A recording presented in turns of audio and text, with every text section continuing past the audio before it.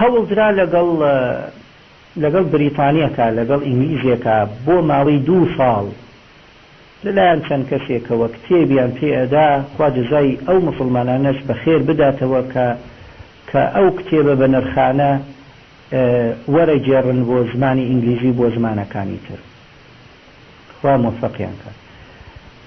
ئەو ئینگلیزە بەهۆی خوێندنەوەی مەسائلی عەقیدە و لا إله إلا الله محمد رسول الله مەسائلی تەوحید دوای 2 دانە ساڵ باوەڕی هێنا بە عەقیدەی ئیسلامی و ئیعلانی ئیسلامەتی خۆی کرد، شاتمانی هێنا.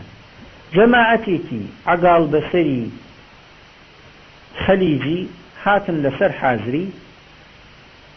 لەسەر حازری زانە چۆن ئەم فکرە خراپە چۆن زەرەر ئەدا لە مسلمانان، زەرەر ئەدا لە ئیسلام ناشرینەکە، ئەوانەی کە دابوو نەریت لەگەڵ عەقائیدا جیاناکەنەوە، دین لەگەڵ عورفا جیاناکەنەوە، فاسیلەکانی نازانن، هاتن دعوەتێکی ئەم پیاوەیان کرد.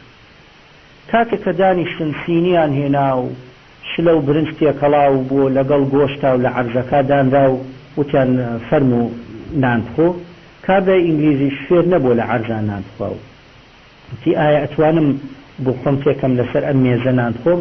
وتیان نەخێر ئەوە بیدعەیە، ئەبێ لە عەرزا دانیش.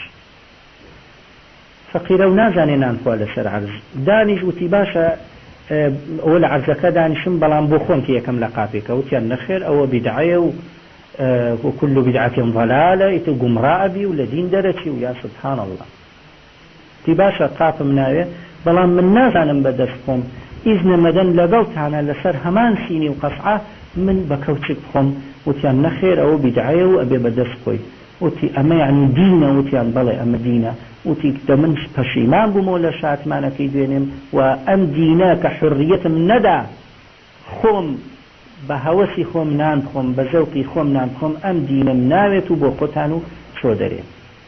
تووشی ڕیددە بوو بەسایی ئەم قڕنفاغانەوە بەسایی ئەم نەفامانەوە کە عورفێکی سعودیە تێکەڵەکەن بە دین ئەوەی کە لە خواوە هاتوۆتە خوارێ سبحانه وتعالى ئەو پێی وترێ دین ئەوەی کە هەڵقوڵاوە لەم ناوچە و لەو ناوچە و ئەمانە ئەعراتی پێڵێن ئەمانە عورف و داب و نەریتی پێڵێن ئەوە مەوزوعێکی ترە ئەوە نابێت فەڕەشکرێ بەسەر کەسە گونجاوە بۆ عەشرەتەکەی خۆت گونجاوە بۆ ناوچەکەی خۆت نەگونجاوە بۆ من. هەروەها ومن آيات اختلاف ألسنتكم وألوانكم أن ثقافات محلية نابێت فەڕەشکرێ بەسەر ئەم و ئەوە جۆرە ناوێک هەیە لەم ناوە ئەبێت تۆش ئەو ناوە بنی، جۆرە لیباسێک هەیە ئەبێت تۆش نەخێر ئەو شتانە نییە.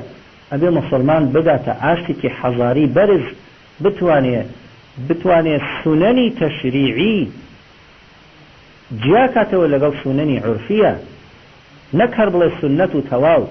سنەتی تەشریعی ئەوەیە 2 ڕکعەتی پێش نوێژی بەیانی سنەتێکی تەشریعیە، وتر سنەتێکی تەشریعیە، بە ڕۆژووبوونی دووشەمان و پێنجشەمان و ئەیام البیض ئەمانە سنەنی تەشریعین.